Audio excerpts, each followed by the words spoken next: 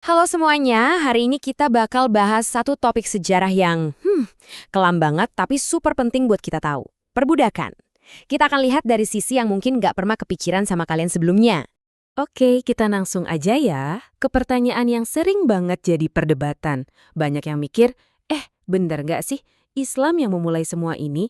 Jawabannya, wah, ini jauh lebih rumit dari sekedar ya atau tidak. Siap buat kita bongkar bareng-bareng? Hei, sabar dulu. Buat ngejawab pertanyaan tadi, kita nggak bisa langsung lompat ke kesimpulan. Kita perlu time travel dulu nih, ke masa sebelum Islam ada, ke zaman yang kita kenal sebagai jahiliyah. Biar kita tahu kondisi dunia waktu itu tuh kayak gimana sih. Nah, ini dia, gambaran yang paling pas buat zaman itu. Coba deh, bayangin sebuah dunia yang aturannya cuma satu. Siapa yang paling kuat? Dia yang berkuasa. Yang lemah, ya siap-siap aja jadi korban. Ini realitas sosial yang brutal banget pada masanya. Dan dalam sistem yang kayak gini, budak itu jadi korban paling parah loh. Mereka tuh bahkan nggak dianggap sebagai manusia loh. Status mereka disamain sama barang, bisa dijual, bisa disiksa, bahkan dibunuh gitu aja sama pemiliknya. Nggak ada hak, nggak ada perlindungan hukum sama sekali. Yang paling bikin sedih, penderitaan ini nurun ke anak cucu mereka. Oke, ini poin yang krusial banget. Perbudakan itu bukan diciptakan di Arab. Sama sekali bukan. Praktek ini tuh udah jadi sistem global yang umurnya ribuan tahun. Ada di mana-mana. Dari peradaban Romawi, Persia, sampai Mesir kuno. Jadi, Islam itu datang ke dunia di mana perbudakan udah jadi bagian dari struktur masyarakat dan ekonomi. Terus pas Islam datang, apa yang terjadi? Apa yang dilakuin sama sistem yang udah mengakar kuat ini?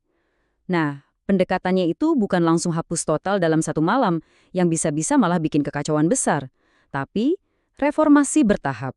Coba deh lihat perbandingannya.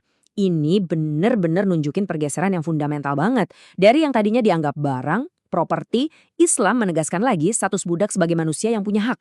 Dari yang diperlakukan semena-mena, sekarang ada anjuran kuat buat memperlakukan mereka dengan baik. Dan yang paling revolusioner, dari yang tadinya nggak ada harapan bebas, sekarang disediain pintu keluar menuju kemerdekaan. Jadi, pintu keluarnya apa aja? Pertama, ada yang namanya mukatabah. Ini kayak kontrak di mana budak bisa nyicil kemerdekaannya sendiri. Keren kan? Kedua, membebaskan budak itu jadi salah satu cara buat ngebus dosa. Ini jadi motivasi spiritual yang kuat banget buat para pemilik.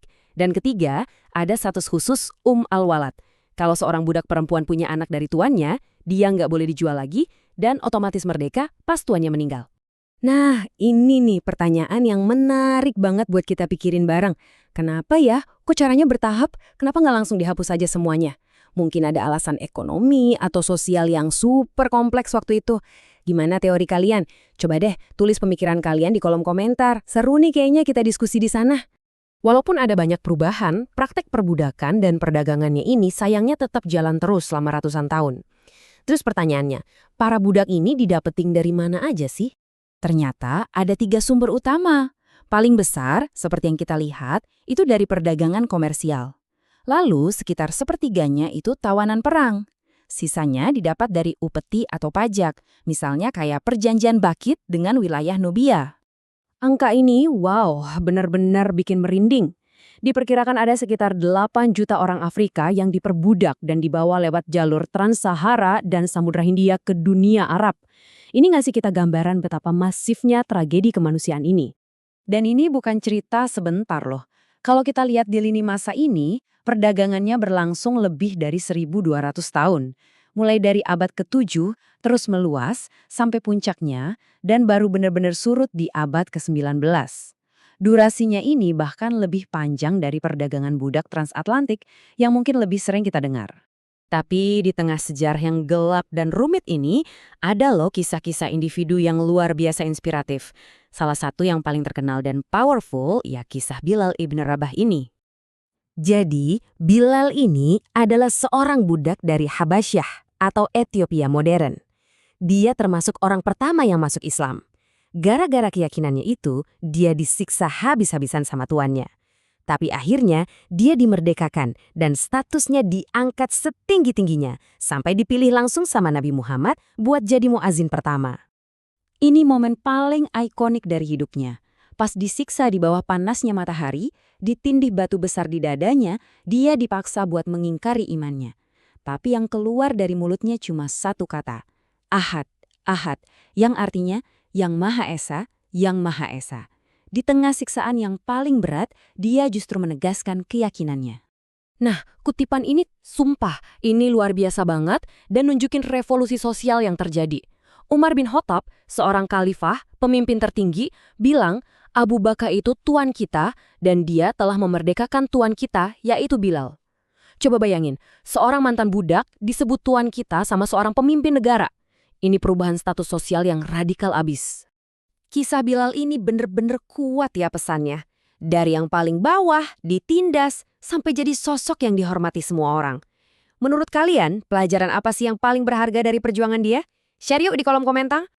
Oke, kita udah ngelewatin perjalanan yang panjang banget nih. Dari zaman jahiliyah yang brutal, reformasi Islam, skala perdagangan yang masif, sampai kisah inspiratif Bilal. Sekarang pertanyaannya, apa artinya semua ini buat kita di zaman sekarang? Jadi, ini dia poin-poin kuncinya. 1. Perbudakan itu udah ada jauh sebelum Islam. 2. Islam nggak menghapusnya seketika, tapi mereformasinya secara mendasar. 3. Perdagangan budak di dunia Arab itu fakta sejarah yang skalanya besar dan berlangsung lama banget. Dan 4. Kisah kayak Bilal nunjukin kalau perubahan status sosial yang drastis itu mungkin terjadi. Dan ada satu catatan penting nih. Sistem perbudakan ini, meskipun sama-sama kejam, beda sama sistem perbudakan rasial di Atlantik. Umumnya perbudakan di dunia Islam itu nggak kaku berdasarkan ras dan nggak otomatis turun-temurun selamanya. Artinya ada jalan buat bebas dan bahkan jadi bagian penting dari masyarakat, ya kayak kisah Bilal tadi.